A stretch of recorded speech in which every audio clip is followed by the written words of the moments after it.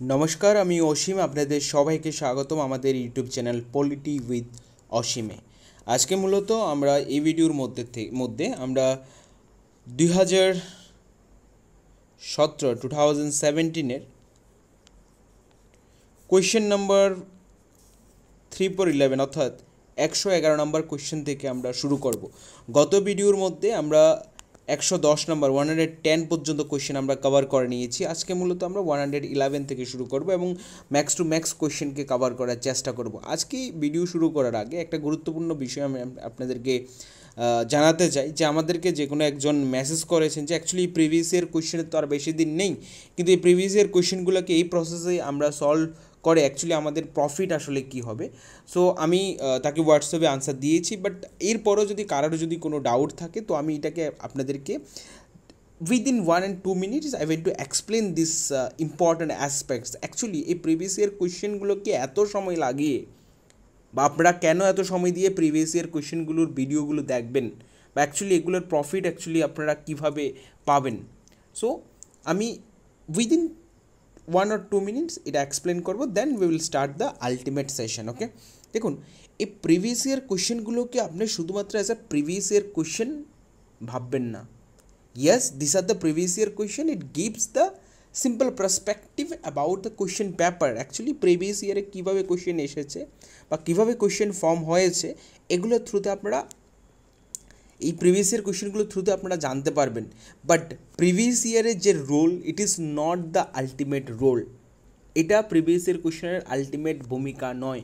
Actually previous year question যদি আপনারা যদি প্রপার ওয়েতে যদি সলভ করেন with explanation, with properly process, with analysis the option, এগুলো যদি এই ওয়েতে আপনি যদি প্রিভিয়াস ইয়ার কোয়েশ্চেনগুলোকে যদি সলভ করেন তাহলে অ্যাকচুয়ালি আপনার এক্সাম যে সময় আপনি অ্যাটেম্প্ট করবেন তখন আপনি রিয়েলাইজ করবেন অ্যাকচুয়ালি কী কী জিনিসগুলো আপনাকে এখান থেকে হেল্প করছে।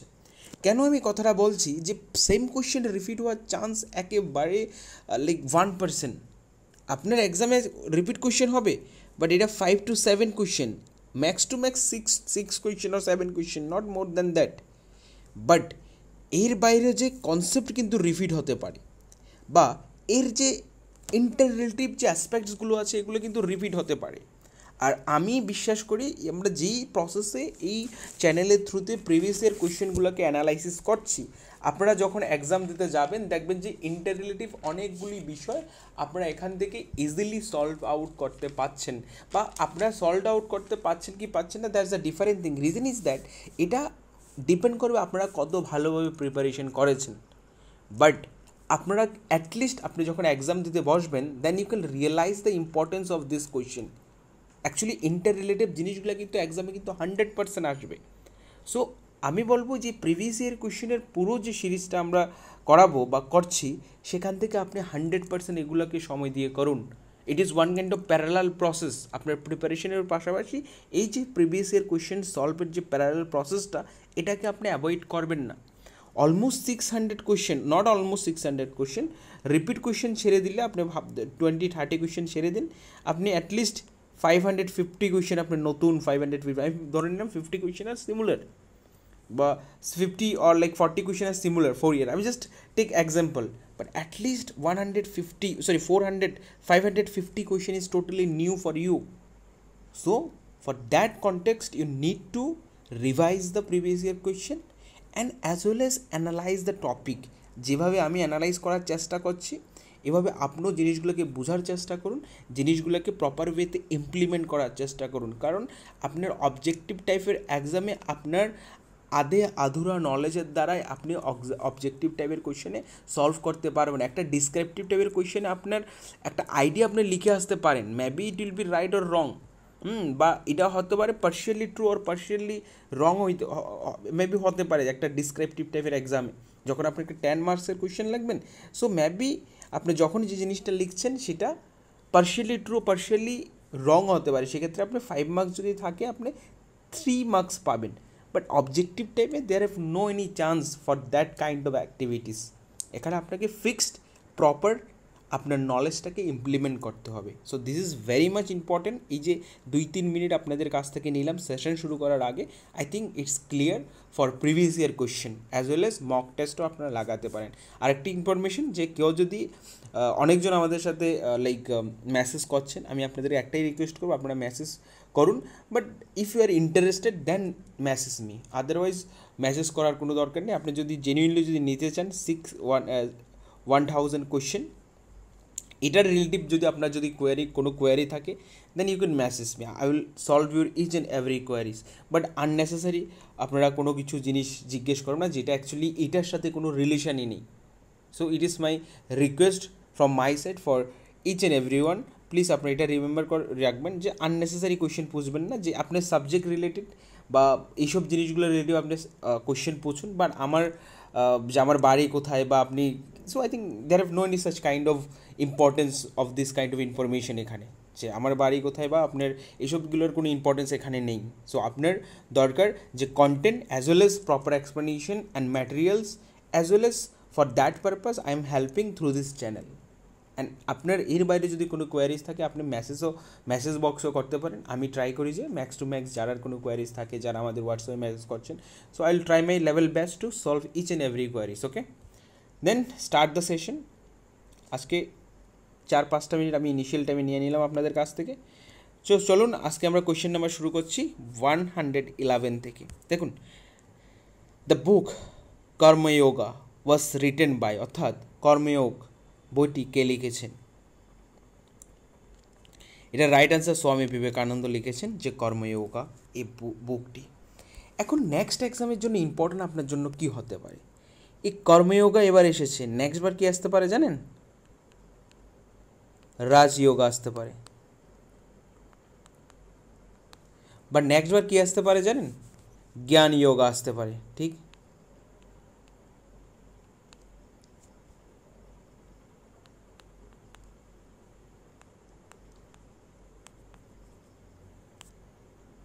যোগা আসতে পারে।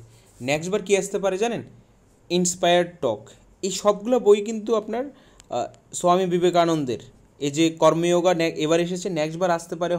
আমি বলছি যে কি এই যে ইন্টার রিলেটিভ জিনিসগুলোকে আপনি এভাবে পড়বেন: কর্মযোগা, রাজযোগা, জ্ঞান যোগা, ইন্সপায়ারিং টক।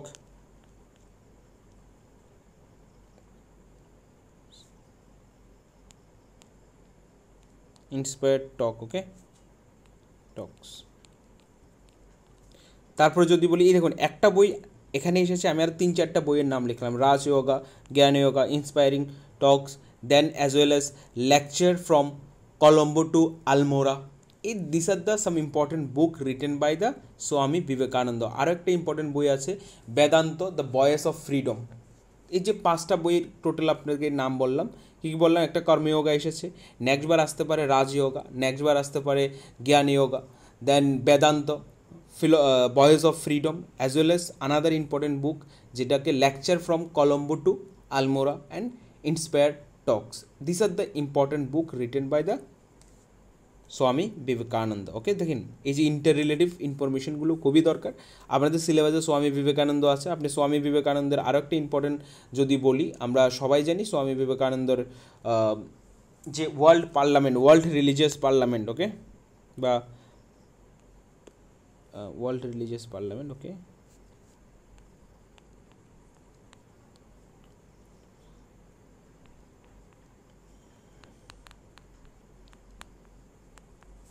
ইয়েস, পার্লামেন্ট কবে হয়েছে? ইম্পর্টেন্ট ভাবে মনে রাখতে হবে আপনাকে। 1893, ওকে, 1893, that was the year world religious parliament হয়েছে। কোথায় হয়েছে? আপনার যদি বলি, ওয়ার্ল্ড রিলিজিয়াস পার্লামেন্ট কোথায় হয়েছিল? Chicago, okay. The world religious parliament held in the year 1893, যেখানে আমাদের Swami Vivekananda as a participate করেছিলেন। যেটা ইয়ারটা আপনি মনে রাখতে হবে, যে ওয়ার্ল্ড রিলিজিয়াস পার্লামেন্টে তিনি অংশগ্রহণ, যেখানে তিনি all my sister and brother, এবং that was one of the impressive speech given by the Swami Vivekananda. Okay, so this are the basic information, এগুলো আপনার মনে রাখতে হবে। অ্যাজ ওয়েল এজ স্বামী বিবেকানন্দের সোশ্যালিজমের আইডিয়া, আমি বলছি যে ইম্পর্টেন্ট কনসেপ্টগুলো যে জিনিসগুলো আপনারা ভালো করে পড়ে যাবেন, ওকে। তার বই তো বললাম, সোশ্যালিজমের আইডিয়া, স্বামী বিবেকানন্দের idea of new Vedanta, most important. স্বামী বিবেকানন্দের ইম্পর্টেন্ট আইডিয়া হলো কি, নিউ বেদান্তার কনসেপ্ট, এগুলো হলো ইম্পর্টেন্ট কনসেপ্ট স্বামী বিবেকানন্দের। You should study all the information which I have given here, okay? I have give here, okay? Then another important question is that the terms socialism.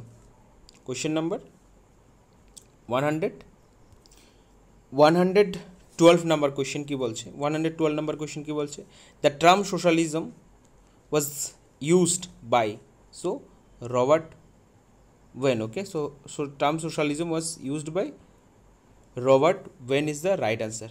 Robert When is the right answer, okay? Then it actually আমি একটু explain করছি জিনিসটা। Socialism ওয়ার্ডটা আমি একটু explain করে আপনাদেরকে বলছি, জাস্ট এ মিনিট, আমি একটু স্ক্রিনটা ঠিক করে নিই। Socialism word given by Robert Owen, okay. Mainly 19th সেঞ্চুরির দিকে এই যে সোশ্যালিজম ওয়ার্ডটাকে মেনলি দিয়েছে, সমাজতন্ত্র ওয়ার্ডটাকে প্রথম ব্যবহার করেছিলেন Robert Owen, and he was one of the utopian socialist, okay, utopian socialist, okay.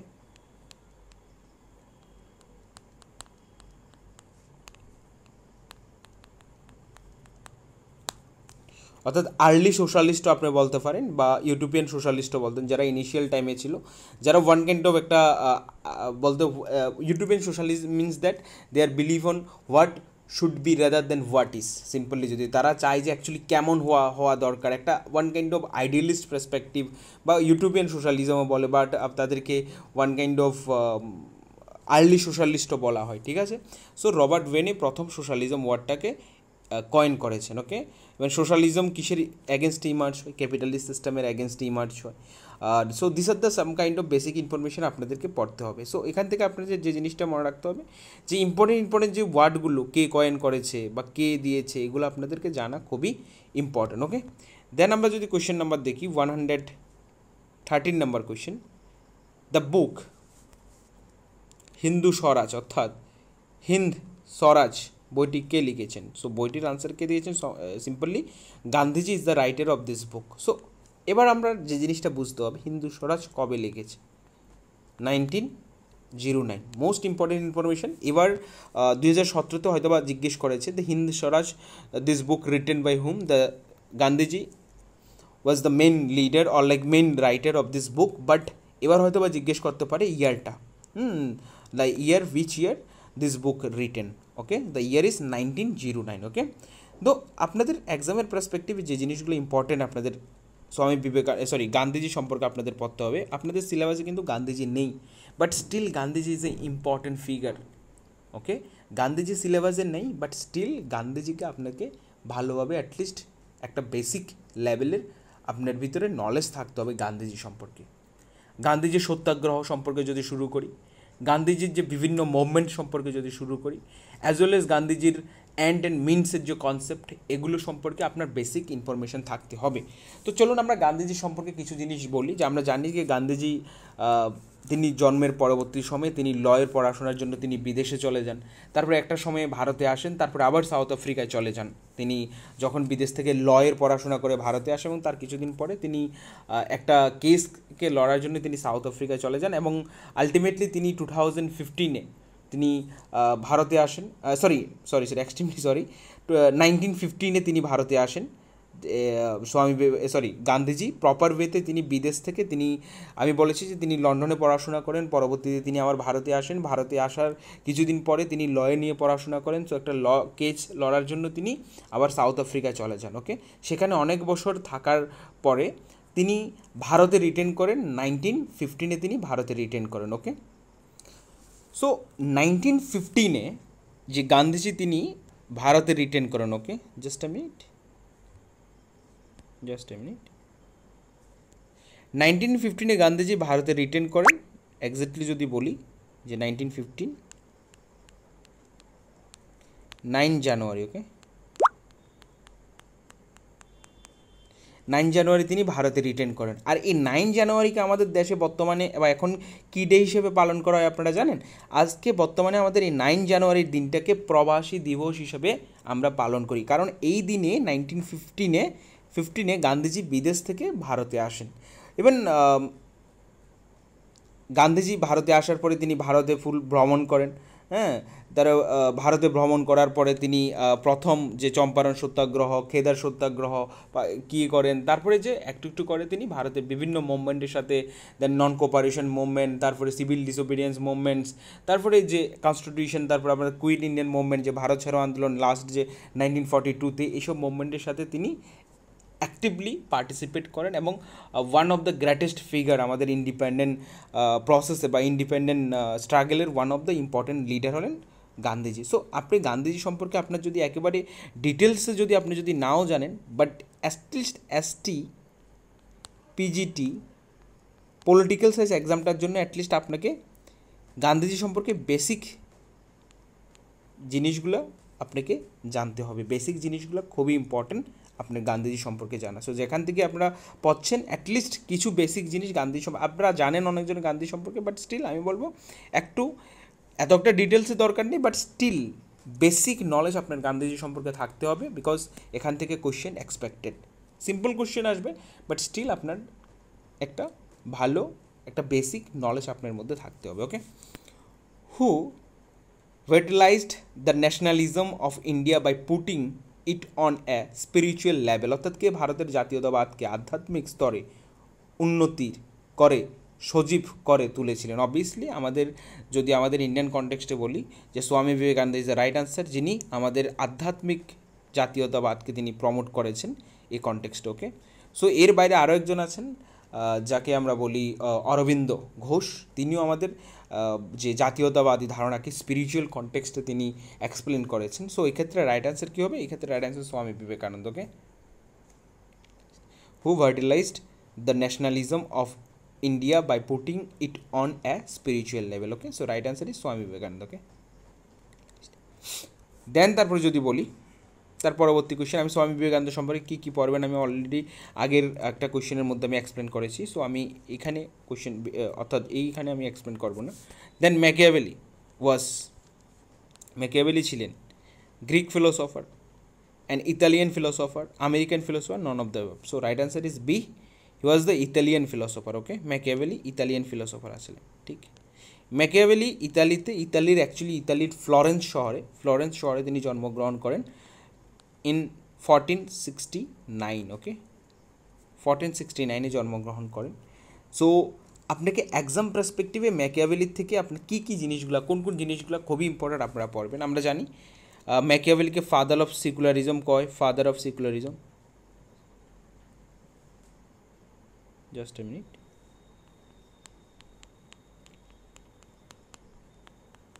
Because secularism কেন বলা হয় father of secularism? Reason is that Machiavelli was the first person যিনি বলেছেন the state function is separate from the church activity. অর্থাৎ যে সময় actually এই সময়টার আগে না, যে ইউরোপের কান্ট্রিজগুলোতে চার্চের অনেকটা ডোমিনেন্স চলতো স্টেট অ্যাক্টিভিটিসের উপর। সো ম্যাকিয়াভেলি বলেছেন যে চার্চের ডোমিনেন্সটা একেবারে সেপারেট হবে কোথার থেকে? স্টেটের অ্যাক্টিভিটিস। তিনি বলেছেন স্টেটের কাজ সেপারেট, স্টেটের কাজ to maintain rules, regulation, law, order এগুলো, এবং চার্চের কাজ শুধুমাত্র maintain the religious activities. Okay, so state এবং চার্চ যেটা ম্যাকিয়াভেলির আগে ইউরোপে একটাকে কী করছে? ইনফ্লুয়েন্স করছে। মেনলি চার্চ স্টেটের অ্যাক্টিভিটিসকে ইনফ্লুয়েন্স করছিল, প্রভাবিত করছিল। তো ম্যাকিয়াভেলি তিনি বলেছেন যে স্টেটের কাজ চার্চের কাজ থেকে আলাদা হবে, আর চার্চের কাজ হবে রিলিজিয়াস ম্যাটারে দেখাশোনা করা, আর স্টেটের কাজ হবে rules, regulation, properly provide the basic needs for the common people. So this are the একেবারে strict distinction between the state and church. Okay, so এই কারণে আমরা ম্যাকিয়াভেলিকে ফাদার অফ সেকুলারিজম বলে থাকি। সো অ্যাজ ওয়েল এস ম্যাকিয়াভেলির main important concept আমরা যদি দেখি, তার যে স্টেটের সম্পর্কে, যে state of nature, actually human nature সম্পর্কে তিনি যে বলেছেন, অ্যাজ ওয়েল এস তিনি বলেছেন যে অ্যাকচুয়ালি কিংয়ের রুলস কী হবে, একটা কিংয়ের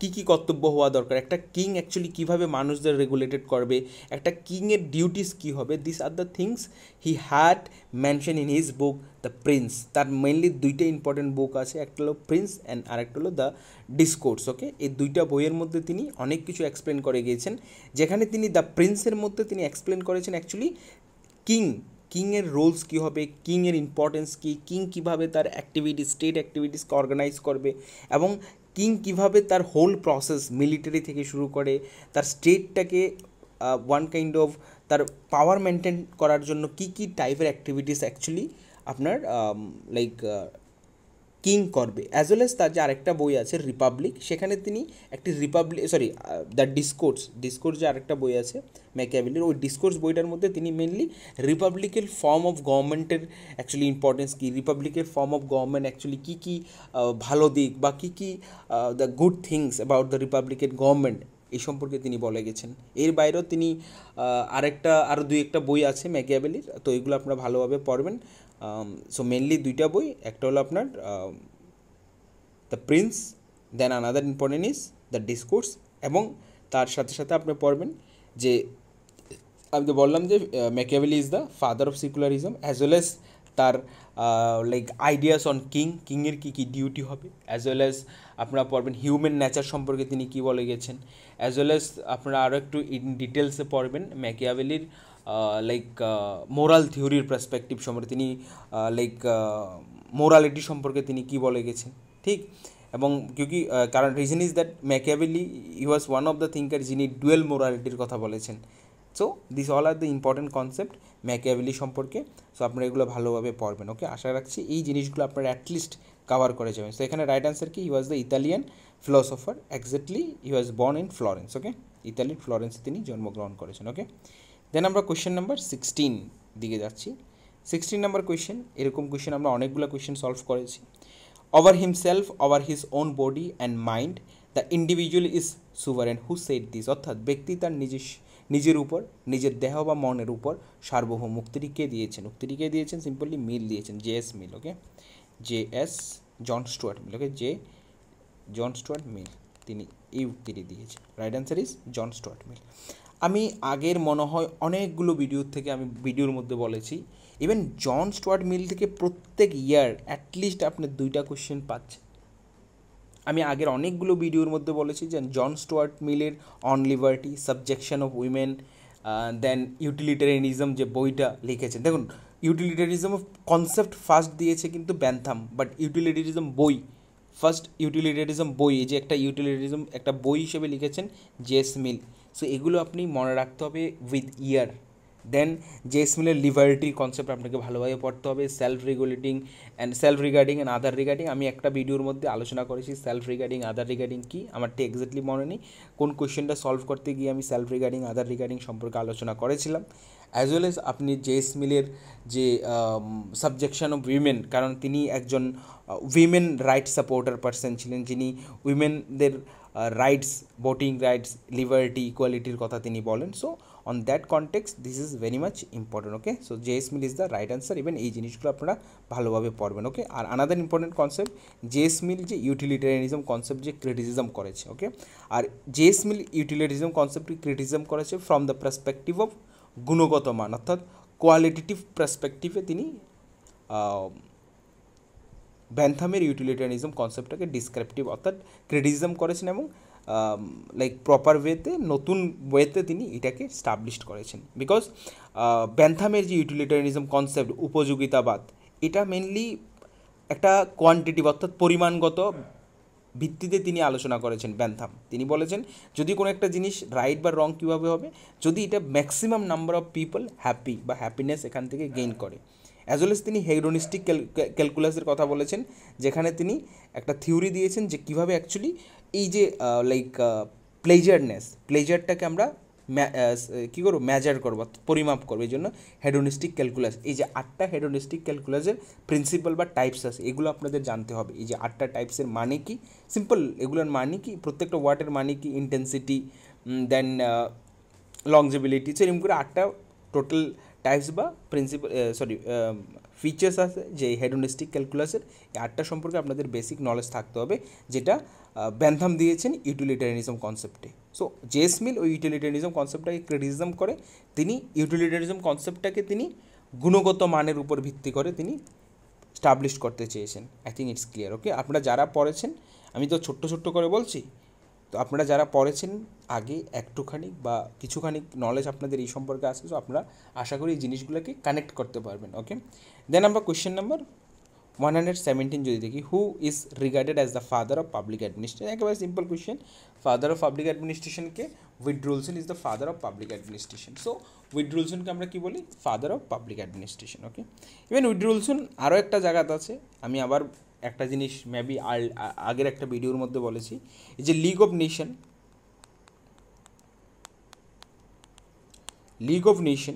just a minute, league of nation, যে দ্যাট ওয়াজ ক্রিয়েটেড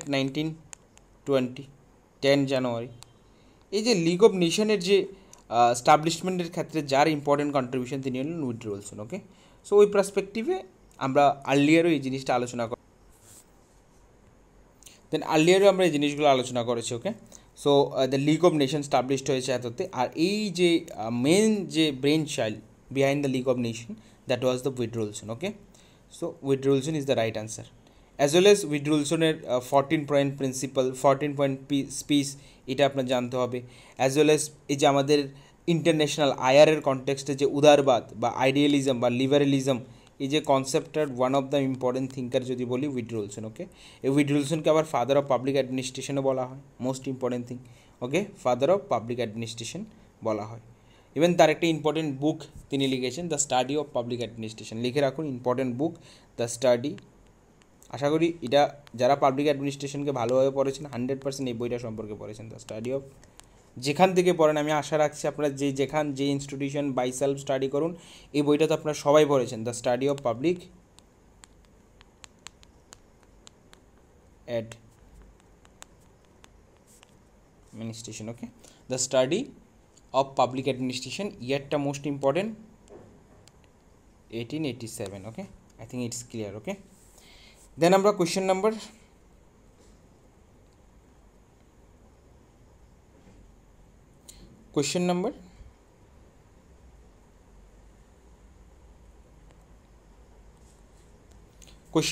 কি এর দিকে দেখছি। Question number, who wrote the book introduction to the study of public administration. দেখুন, আমরা একটু ওই বলেছি the study of public administration. Okay, the study of public administration, এই বইটা কার?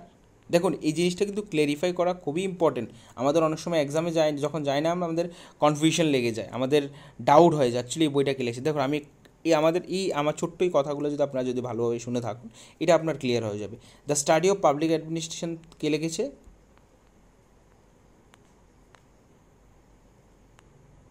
Withdraw Wilson. ওকে, আর introduction to the study of public administration কে লিখেছে? L D. White, most important, L D. White এই বইটা লিখেছে। Okay, so I think it's clear. যদি introduction হয় এল.ডি. হোয়াইট, আর যদি the study of public administration যদি হয় তাহলে Woodrow Wilson. Okay, I think it's clear. Then আমরা কোয়েশ্চেন নাম্বার 119 নাম্বার কোয়েশ্চেনের দিকে দেখছি। হায়ারার্কি, এখানে এক্সপ্লেন করার কিছু নেই, আমি জাস্ট এটা শুধু রাইট আনসারটাকে বলে দিয়ে চলে যাবে, বিকজ এখানে একটা স্টেটমেন্ট বলছে কি hierarchy is a universal phenomenon who said this, অর্থাৎ ক্রমচ বিনাশ হলো একটি বিশ্ব জননীর বিষয়। ওকে, ক্রমোচ্চ বিনাশ। Okay, so hierarchy is the universal phenomenon, কে বলেছেন? Right answer is Mooney. Okay, এখানে এক্সপ্লেন করার কিছু নেই। তারপর যদি বলি, এখানে এই কোয়েশ্চেনটার মধ্যে এক্সপ্লেন করার কিছু জিনিস আছে, যে জিনিসটা আমি এক্সপ্লেন করবো এই ভিডিওটার থ্রুতে।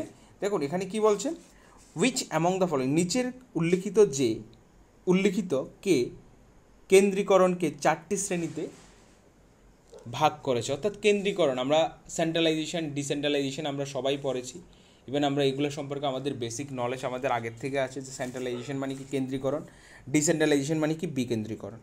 সো এখানে বলছি যে ডিসেন্ট্রালাইজেশনকে 4টি ভাগে কে ভাগ করেছে। সো এখানে কি রাইট আনসার কি? So right answer is Fesler. Okay, just a minute,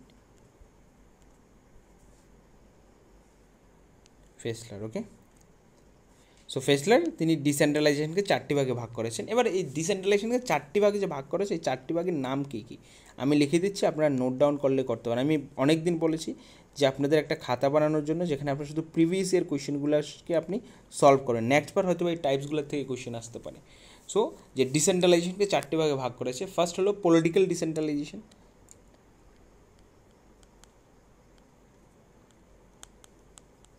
আমি ডি লিখছি, ডিসেন্ট্রালাইজেশন, ওকে। তারপরে যদি বলি অ্যাডমিনিস্ট্রেটিভ ডিসেন্ট্রালাইজেশন,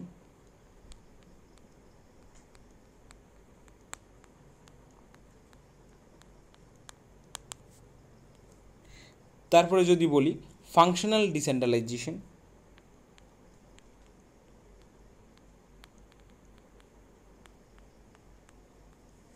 ডিসেন্ট্রালাইজেশন, তারপর হলো আপনার লাস্ট টেরিটোরিয়াল ডিসেন্ট্রালাইজেশন।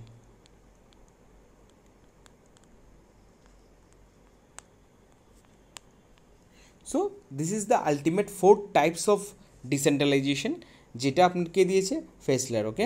সো তিনি বলেছেন যে পলিটিক্যাল ডিসেন্ট্রালাইজেশন হতে হবে, অ্যাডমিনিস্ট্রেটিভ ডিসেন্ট্রালাইজেশন, ফাংশনাল ডিসেন্ট্রালাইজেশন হতে হবে এবং টেরিটোরিয়াল ডিসেন্ট্রালাইজেশন হতে হবে। So this are the 4 types of decentralisation.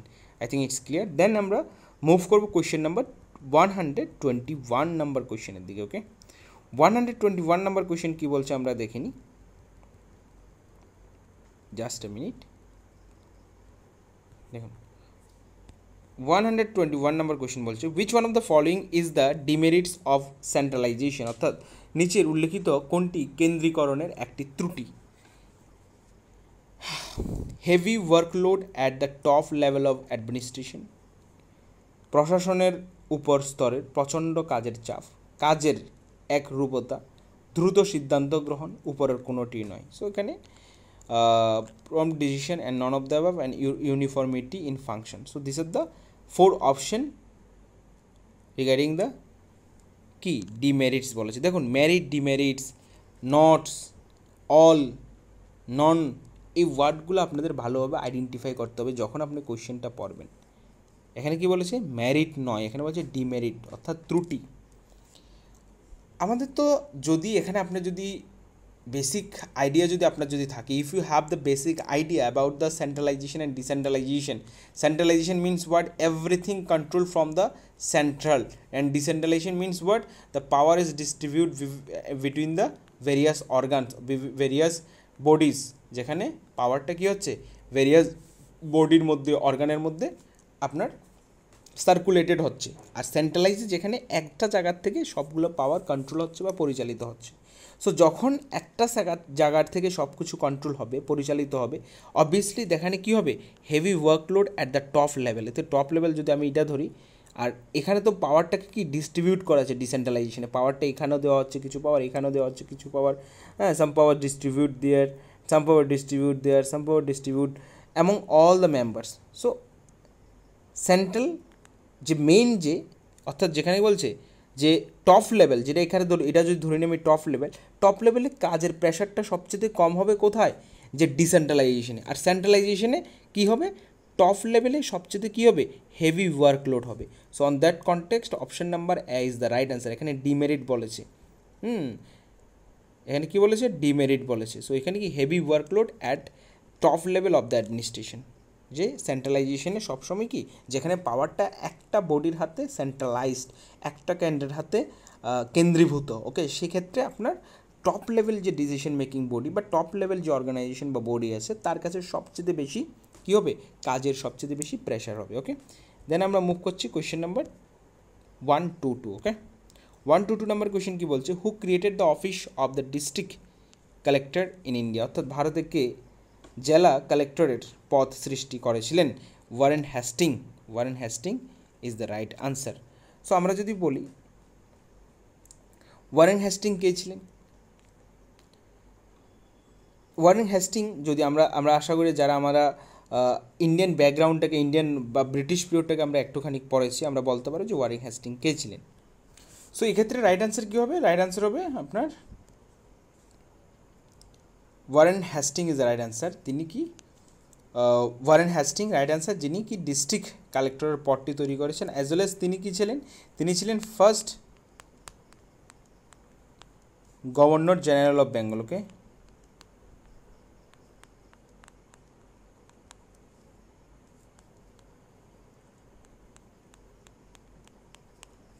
Bengal.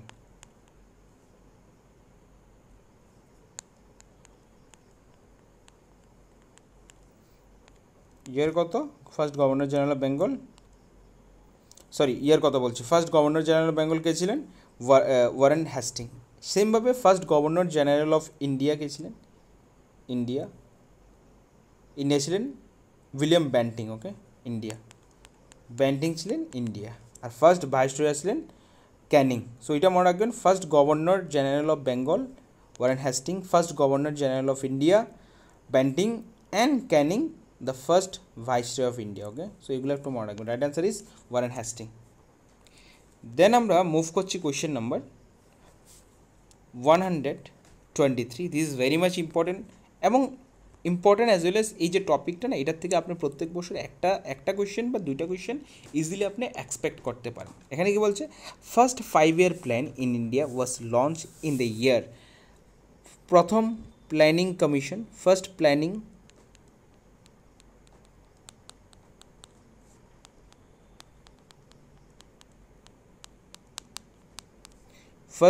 Planning commission established হয়েছিল 1950-তে। তার এক বছর পরের থেকে ফার্স্ট 5-year প্ল্যান আসে ভারতে। ফার্স্ট 5-year প্ল্যানের সময়কাল কত ছিল? 1951 থেকে 56। সো প্ল্যানিং কমিশন কবে হয়? 50-তে, আর 51-এ ফার্স্ট 5-year প্ল্যান আসে। সো আপনাকে আমি একটা জিনিস লেখাচ্ছি, আপনারা চাইলে এই জিনিসগুলো একটু লিখে রাখতে পারেন, ঠিক আছে, যেগুলো আপনাদের এক্সামের পার্সপেক্টিভে খুবই ইম্পর্টেন্ট। আমি লেখাচ্ছি, আপনারা লিখে রাখুন এই জিনিসগুলো, এবং এই জিনিসগুলো থেকে আপনি at least 1 or 2 question easily expect করতে পারেন, ওকে।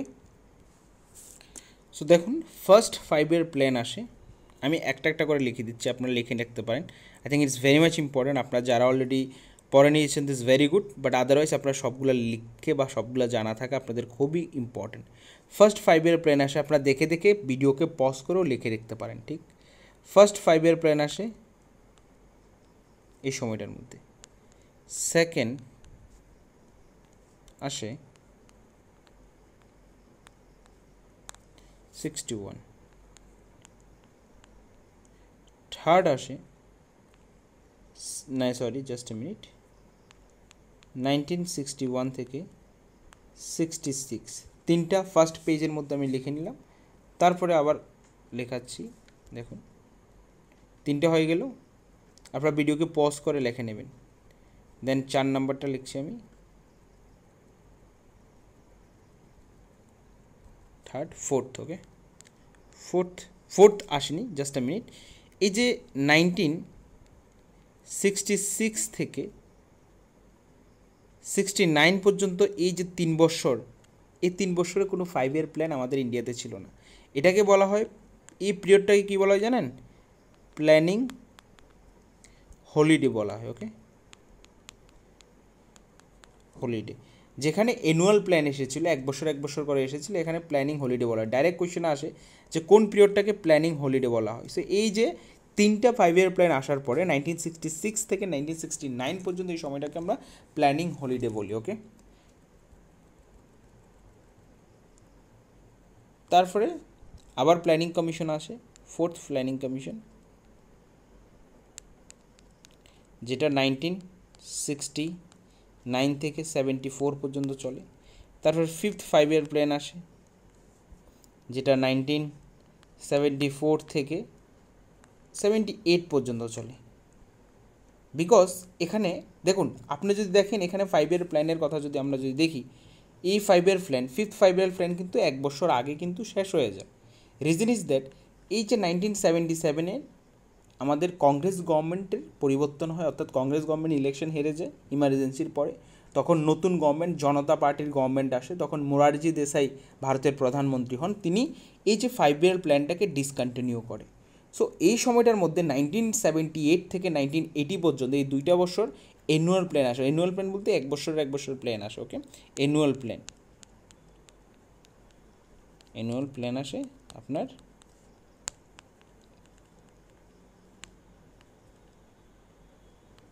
এই সময়ের মধ্যে অ্যানুয়াল প্ল্যান আসে, ওকে। তারপরে সেম আবার আমরা 5th 5-year প্ল্যান পর্যন্ত পড়া নিয়েছি। 6 5-year প্ল্যান আসে 1980 থেকে 85। দেন 7 5-year প্ল্যান আসে 1985 থেকে 90। তারপরে আবার মিডলে 2 বছর আবার কোনো প্ল্যান আসেনি, আবার মিডলে 2 বছর অ্যানুয়াল প্ল্যান আসে। ওকে,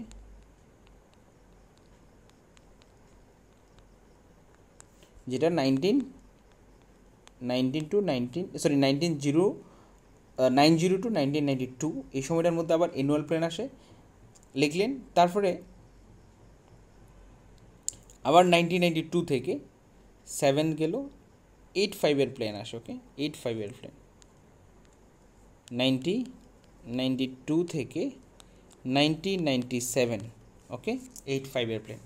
দেন 9 5-year প্ল্যান আসে 1997 থেকে 2002 পর্যন্ত।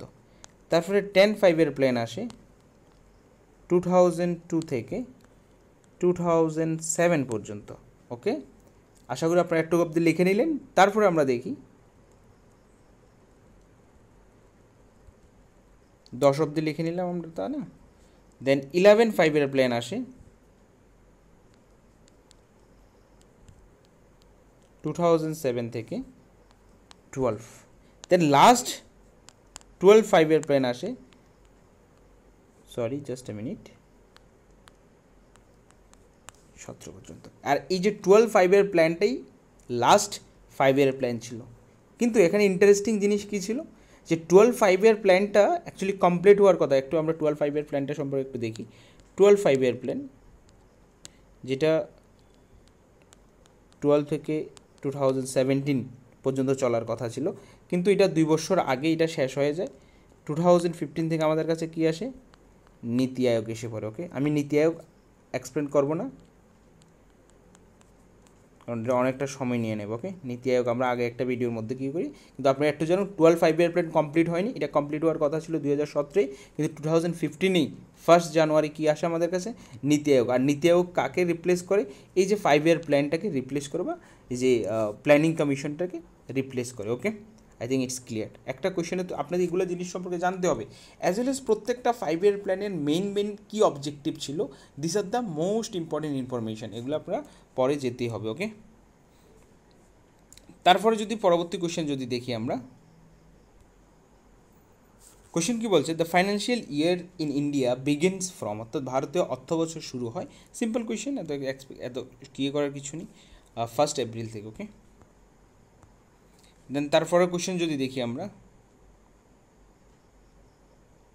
দেখুন একটু আগে আমরা যে জিনিসটা পড়েছি এই জায়গায় কোয়েশ্চেনটা এসে পড়েছে। দেখুন 125 নম্বর কোয়েশ্চেন বলছে, which period of India is call the planning holiday. একটু আগে আমি বললাম প্ল্যানিং হলিডে টাইম পিরিয়ড কোনটা, এটা হলো প্ল্যানিং হলিডে। ওকে, যেটা প্রথম 3টা প্ল্যান আসার পরে 3 বছর কোনো প্ল্যানিং আসেনি, যেটা পিরিয়ডটা ছিল 1966 থেকে 1969 পর্যন্ত। রিজন ইজ দ্যাট, এই যে আমরা যদি দেখি যে এই ডিউরিং দ্য থার্ড 5-year প্ল্যানের যদি টাইম পিরিয়ড যদি বলি 1961 to 66, এই সময়টার মধ্যে না ইন্ডিয়া 2টা কনফ্লিক্টের সম্মুখীন হয়েছে। 66, okay, that was the third 5-year plan. Okay, third 5-year plan. Okay, that was the third 5-year plan. এখানে আমরা 1962-তে চায়নার সাথে যুদ্ধ হয়, আমাদের ওয়ার হয়। দেন 1965-এ পাকিস্তানের সাথে হয়। ওকে, সো আফটার দ্যাট কন্ডিশন অতটা ঠিক ছিল না, সো এখানে আমাদের 3 বছরের জন্য কোনো প্ল্যান আসেনি, যেটাকে আমরা প্ল্যানিং হলিডে বলছি। ওকে, আমি আর্লিয়ারে বা এর আগের পোর্শনটাতে এটা মেনশন করেছি। ওকে, তারপরে যদি দেখি 126 নম্বর question, which part of the constitution of India deals with the citizen. একেবারে সিম্পল কোয়েশ্চেন, আপনাদের 25 পার্টস এখন আমাদের ইন্ডিয়ান কনস্টিটিউশন আছে, অ্যাটলিস্ট কোন পার্টে কী আছে আপনাদের এটা পড়তে হবে। আমি বারবার বলছি, as well age at least 40 important articles আপনাদের পড়তে হবে। ওকে, এই জিনিসগুলো আপনাদের 100% পড়ে যেতে হবে। অ্যাটলিস্ট 15 থেকে 16টা ইম্পর্টেন্ট কনস্টিটিউশন অ্যামেন্ডমেন্ট অ্যাক্ট আপনাদের পড়ে যেতে হবে। অ্যাটলিস্ট 10 to 12 ইম্পর্টেন্ট কমিশন ওকে আপনাদের পড়ে যেতে হবে, বিভিন্ন ইস্যুর উপর তৈরি হওয়া ইম্পর্টেন্ট কমিশন। সো এই জিনিসগুলো আপনাদের 100% পড়ে যেতে হবে। সো এখানে কি বলছে, which part of the Indian constitution deal with the citizenship. Okay, যদি বলি কিসের সাথে সিটিজেনশিপ কিসের সাথে ডিল করছে, পার্ট নাম্বার 2 আর্টিকেল নাম্বার 5 থেকে 11। ওকে, এখানে আপনার ডিল করছে আপনার সিটিজেনশিপ সাথে। ওকে, এখানে এক্সপ্লেন করার কিছু নেই। দেখুন অপশনগুলো আমরা যদি কী কী আছে, পার্ট নাম্বার 1 আমরা জানি article number 1 to 4, then part number 3 fundamental right, যেটা আর্টিকেল 35 আর্টিকেল পর্যন্ত আছে। সো এগুলো বেসিক জিনিস আপনারা পড়তে হবে বা জানতে হবে। Okay, which was the chairmans of the finance commission. So এখানে আমরা যদি দেখি অল অফ দ্য অ্যাবাভ হবে, কারণ এখানে সবাই ফাইন্যান্স কমিশনের চেয়ারম্যান ছিল। কেসি নিয়োগিত রিসেন্ট সময়ে তিনি ছিলেন। ওকে, সো ওই সময় 2017-18 সময় তিনি কেসি নিয়োগী ছিলেন। Okay, which 5-year plan was closed 1 year prior to its schedule. দেখুন একটা জিনিস থেকে কতগুলো কোয়েশ্চেন আমরা সলভ করছি। আমি বারবার বলছি যে 5-year প্ল্যান এবং নীতি আয়োগ, এই যে দুইটা topic you should study in a very proper and efficient way, because from this part you can easily expect 2 question, at least 2 question আপনি এক্সামে কিন্তু দেখতে পাবেন। আমরা কিন্তু এখানে অলরেডি 3টা কোয়েশ্চেন পেয়ে গেছি। সো এখানে বলছে which 5-year plan was closed 1 year prior to its schedule period. দেখুন আমি একটু আগে বলেছি আমাদের ইন্ডিয়ার মধ্যে একটা 5-year প্ল্যান ছিল যেটা তার ক্লোজ হওয়ার আগে, মানে 1 বছর, মানে 5-year প্ল্যান কমপ্লিট হওয়ার 1 বছর আগে সেটা ক্লোজ হয়ে গিয়েছে। আপনারা যারা আমাদের পরবর্তী মানে আগের যে আমি যে টোটাল 12টা 5-year প্ল্যানের টাইম পিরিয়ড আপনাদেরকে লিখে দিয়েছি, আপনাদের সাইড থেকে আমি বললাম আপনারা প্রত্যেকটা 5-year প্ল্যানের অবজেক্টিভ কী আছে এগুলো একটু লিখে নেবেন। ইভেন আমি এটা বলেছি যে কোন 5-year প্ল্যানকে কী বলা, প্ল্যানিং হলিডে, অ্যানুয়াল প্ল্যান, এবং আমি এটাও বলেছি যে একটা 5-year প্ল্যান ছিল যেটা অ্যাকচুয়ালি কমপ্লিট হওয়ার যে সময়টা তার 5-year কমপ্লিট হওয়ার 1 বছর আগে হয়ে গিয়েছে। দেখুন আমাদের ইন্ডিয়াতে 2টেই 5-year প্ল্যান আছে যেটা পুরোপুরি কমপ্লিট করতে পারেনি। জাস্ট দেখুন আমি আবার একটু এক্সপ্লেন করছি ভালোভাবে, আপনারা শুনুন। একটা হলো 12 5-year প্ল্যান, যেটার টাইম পিরিয়ড ছিল 2012 থেকে 17 পর্যন্ত, বাট এটা ক্লোজ হয়ে যায় 2015, এটা ক্লোজ হয়ে যায়। সো এটা তো 2 বছর আগে ক্লোজ হয়ে যায়, রাইট? 12 5-year প্ল্যান কিন্তু 2 বছর আগে ক্লোজ হয়ে যায়, বাট এখানে কি বলেছে 1 বছর আগে কোন 5-year প্ল্যান ক্লোজ হয়ে যায়, 1 year প্রায়র। 2 year বললে 12 5-year প্ল্যান হতো, বাট এখানে 1 বছর আগে বলেছে। সো এখানে রাইট অ্যান্সার কী হবে, 5th 5-year প্ল্যান। এখন দেখুন আমি কিন্তু 5th 5-year plan easily pick করে দিয়েছি because I know about that, because আমি আপনাদেরকে একটু আগে সিরিয়াল বাই সব কিছু মেনশন করেছি।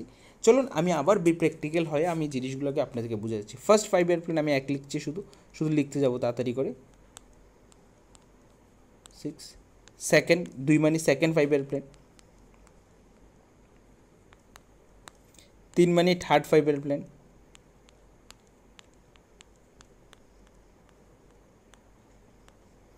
3-এর পরে কি আসে, প্ল্যানিং হলিডে আসে। ফাইন, ভেরি গুড, একটু অবধি গেলো। তারপরে 4 মানে কি 4th 5-year plan. 4th 5-year কবে আসে, 1969 to 74, 5 বছর। 5th 5-year plan 74 to 78। আমি বলেছি যে 5th 5-year প্ল্যান অ্যাকচুয়ালি এটা কমপ্লিট হওয়ার কবে ছিল, কমপ্লিট হওয়ার কথা ছিল 79-এ, বাট তার 1 বছর আগে কিন্তু কমপ্লিট হয়ে যায় 5th 5-year প্ল্যান। রিজন ইস, আমি বলেছি যে আর্লিয়ার যে ভিডিওটা করেছি বা আর্লিয়ার যে টপিকটা এক্সপ্লেন করেছি, আমি বলেছি যে এখানে গভর্নমেন্ট যখন চেঞ্জ হয়, নতুন একটা গভর্নমেন্ট আসে 1977-এ, আমাদের ইন্ডিয়াতে কংগ্রেস গভর্নমেন্ট ফার্স্ট টাইম সেন্ট্রালে তাদের power loss, that means power তাদের হাত থেকে চলে যায়, they were loss their power at the central level, and new government was formed, that was the Janata Party government, and Morarji Desai was the prime minister of this government of that time. হ্যাঁ, ওই সময় Morarji Desai government ছিল, তখন Morarji Desai government বা জনতা party এটাকে discontinue করে। ঠিক, so discontinue করতে গেলে দ্যাট মিনস 77-এ নতুন গভর্নমেন্ট আসে, তারা এক বছর পরে এটাকে ডিসকন্টিনিউ করে, ক্লোজ করে দেয়। সো এটার কমপ্লিট হওয়ার কথা ছিল 79-এ, বাট এটা 78-এ ক্লোজ হয়ে যায়, তো এক বছর আগে হয়। তাহলে এখানে কি 5th 5 ইয়ার, দেখুন কতটুকু ডিপলি কোয়েশ্চেনটা জিজ্ঞেস করেছে যে কোন 5 year plan. So right answer is 5th 5 year plan. Okay, 5th 5 year plan. Then আমরা আজকের ভিডিওটা একটু বড় হচ্ছে, দেন আমরা কোয়েশ্চেন নাম্বার 129 দেখছি। How many members are there in the estimate committee? So simple answer is, simple answer কি 30, 10 from Rajya Sabha and 20 from Lok Sabha. Okay, তাদের 10 ইয়ার কত? এস্টিমেট কমিটির 10 ইয়ার কত? 1 ইয়ার সময়। তাদেরকে কি অ্যাপয়েন্টমেন্ট করে? লোকসভার স্পিকার। বেসিক ইনফরমেশনগুলো জেনে রাখতে হবে। Okay, so this are the basic commission. আরও একটা ইম্পর্টেন্ট কমিশন যেটা পাবলিক অ্যাকাউন্টস কমিটি আমরা বলি। ঠিক, সো দেন কোয়েশ্চেন নাম্বার 30-র দিকে আমরা দেখছি। কোয়েশ্চেন নাম্বার 30 কী বলছে? কোয়েশ্চেন নাম্বার 30 বলছে যে দ্য টার্মস, কোয়েশ্চেন নাম্বার 30 কী বলছে? The term of the controller and auditor general of India is, অর্থাৎ যে তাদের 10 ইয়ার কতটুক সময় পর্যন্ত করতে হবে। এখানে কি তাদের 6 year or 65 year of age which is earlier. দেখুন অনেক সময় আমরা 6 ইয়ার ক্লিক করে দেব, বাট এখানে কিন্তু 6 ইয়ারও হবে, কেন হবে না 6 ইয়ার? বাট যেখানে আমাদের অপশনের মধ্যে রাইট একেবারে এক্সপ্লেন করে ডিপলি আরও এক্সপ্লেনেশন দিয়ে দিয়েছে, সেই ক্ষেত্রে আমাদের আনসার চুজ করতে হবে এখানে কি অপশন নাম্বার সি, অর্থাৎ 6 ইয়ার অ্যান্ড অ্যাভাবে 65 ইয়ার, যেটা আগে হয়। অর্থাৎ কেউ যদি তার এজ 62-এ যদি তিনি পার্টিসিপেট করে, অর্থাৎ তিনি এই কন্ট্রোলার অ্যান্ড অডিটর জেনারেল হয়েছেন 62 ইয়ার এজে, তার 10 ইয়ার্স কত? 6 ইয়ার। 6 ইয়ার হলে তার কত হয়ে যাবে এজ? 6 ইয়ার যখন কমপ্লিট করবে তার এজ হয়ে যাবে 68। বাট না, তিনি করতে পারবে না 68 ইয়ার পর্যন্ত, ম্যাক্স টু ম্যাক্স কত? 65 ইয়ার। সো তিনি 62 ইয়ার এজে যদি তিনি অ্যাপয়েন্ট পান, তাহলে 3 বছর পরে তার কত হয়ে যাবে? 65। সো 65 মিনস কি তাকে সেখান থেকে সরে দাঁড়াতে হবে তার পজিশন থেকে। কারণ কি এখানে বলা হয়েছে কি 6 year or 65 years, which one is earlier, যেটা আগে হয়। সো এখানে তো 6 ইয়ার যদি ধরি 68 ইয়ার হয়ে যাবে। যদি কোনো একটা ব্যক্তি, বোঝার চেষ্টা করুন, কোনো একটা ব্যক্তি যদি 62 ইয়ার এজে তিনি যদি অ্যাপয়েন্টমেন্ট পান as a controller and auditor general, তার 10 ইয়ার যদি 6 ইয়ার হয়, তাহলে তার বয়স কত হবে যখন তিনি রিটায়ারমেন্ট হবে? 68। বাট 68 ইয়ার কি তিনি থাকতে পারবেন? সর্বোচ্চ কত দিন থাকতে পারবেন? তাহলে 65 ইয়ার। তো এক্ষেত্রে তিনি যখন তার অ্যাপয়েন্টমেন্ট ফর 3 বছর কমপ্লিট করবে, তখন 65 হয়ে যাবে, তখন তাকে তিনি ওই পজিশনটা থেকে রিটায়ারমেন্ট নিতে হবে। So right answer is C. Okay, so আপনাদের এইভাবে পাবলিক অ্যাকাউন্টস কমিটি বা কিয়ের কমিটি, এইসব গুরুত্বপূর্ণ যে কিগুলো আছে, সো এগুলো সম্পর্কে আপনাদের ভালোভাবে আইডিয়া থাকতে হবে। Okay, otherwise it's very much difficult যে কী কতদিন তাদের 10 ইয়ার, হাইকোর্টের, সুপ্রিম কোর্টের, public accounts committee, public accounts committee তো হ্যাঁ বললাম, estimate committee, then controller and auditor general, then UPSC, হ্যাঁ, এগুলোর যে তাদের 10 ইয়ার কত, এগুলো আপনাদের ভালোভাবে আইডিয়া থাকতে হবে। Then question number 31, how many districts are there in Tripura? একেবারে simple question, 8 districts are there, এখানে এক্সপ্লেন করার কিছু নেই। আমাদের ত্রিপুরাতে 8টি ডিস্ট্রিক্টস আছে। হু is regarded as the father of local self government? Obviously Lord Ripon is the father of local self government. আমরা যদি দেখেন কোয়েশ্চেন নাম্বার কত নাম্বার এটা, just a minute, question number 132 কী বলছে? Who is the father of, হ্যাঁ, ভারতের স্থানীয় স্বায়ত্ত শাসনের ব্যবস্থার জনক কাকে বলে? লর্ড রিপনকে বলা হয়। ওকে, এখানে এক্সপ্লেন করার কিছু নেই, লর্ড রিপনকে বলা হয় স্থানীয় স্বায়ত্ত শাসনের ফাদার। ওকে, দেন আমরা যদি বলি question number 33, the 73rd constitution বা লোকসভায় 73তম সংশোধন বিলটি পাস করে কত সালে? এটা পাস হয় 1992-তে, আর এফেক্টে আসে কবে? 1993-তে। সো এটা একটু ভালোভাবে মনে করবে, 1992-তে পাস হয় আর এফেক্টে আসে কবে? 1993-তে। আর সেম ইয়ারে 74 কনস্টিটিউশন অ্যামেন্ডমেন্টও হয়, 74th। ওকে, এখানে বলা হয়েছে কিসের সম্পর্কে, রোলার অ্যাডমিনিস্ট্রেশন। আর 74 অর্থাৎ 74 কনস্টিটিউশনে আরবান সেলফ গভর্নমেন্টের কথা বলা হয়েছে। Okay, I think it's clear. Then আমরা যদি দেখি how many functions items are there in the 12 schedule of the Indian constitution, অর্থাৎ ভারতের সংবিধানের দ্বাদশ তফসিলে কয়টি কাজের বিষয় উল্লেখিত রয়েছে। অবভিয়াসলি 12 শিডিউল আমরা জানি কী সম্পর্কে কথা বলে। 12 শিডিউল বলা হয়েছে আপনার আরবান লোকাল সেলফ গভর্নমেন্ট। সেমভাবে যদি বলি 11 শিডিউল বলে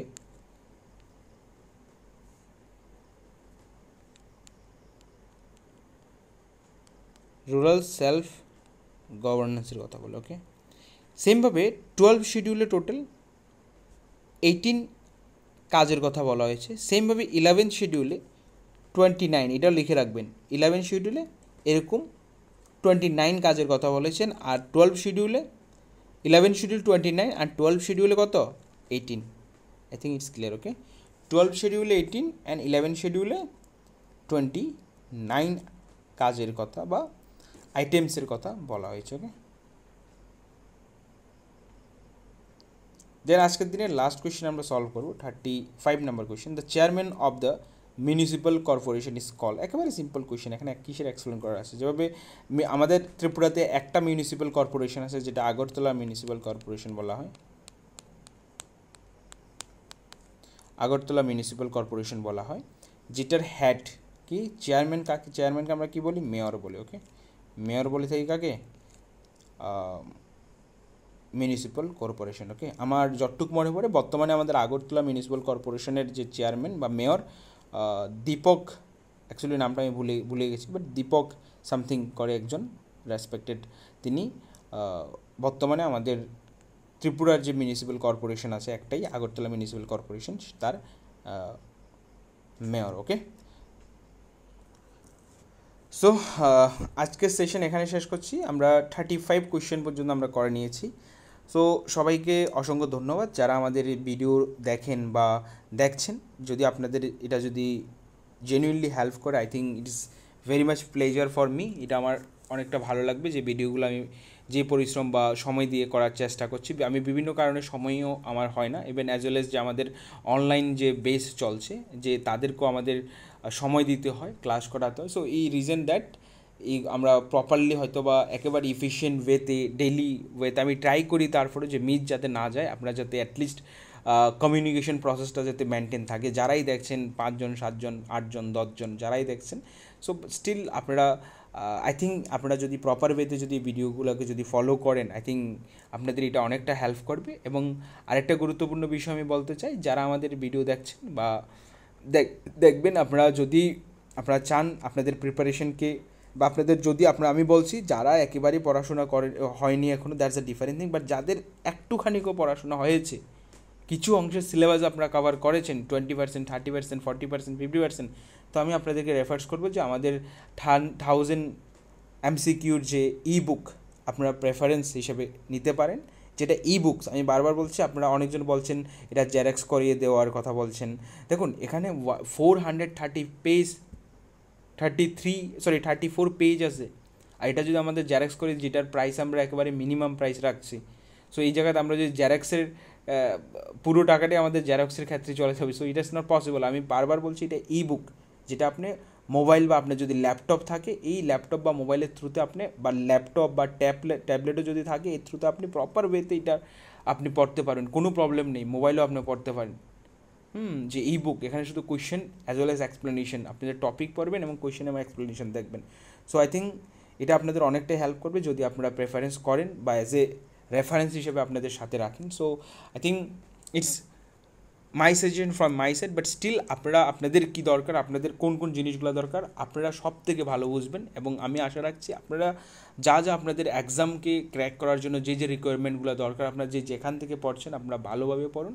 আপনারা যে যেখান থেকে দেখছেন বা পড়ছেন একদম বেস্ট ওয়েতে। আর আমাদের কাছে অলমোস্ট 15 ডেজ আছে, সো এই 15 ডেজকে 50 ডেজ আছে। সো এই 50 ডেকে আপনারা প্রপার ওয়েতে কাজে লাগান, আশা করছি রেজাল্ট অবশ্যই আসবে। তো সবাইকে আবারও ধন্যবাদ, সবাই ভালো থাকবেন, নমস্কার।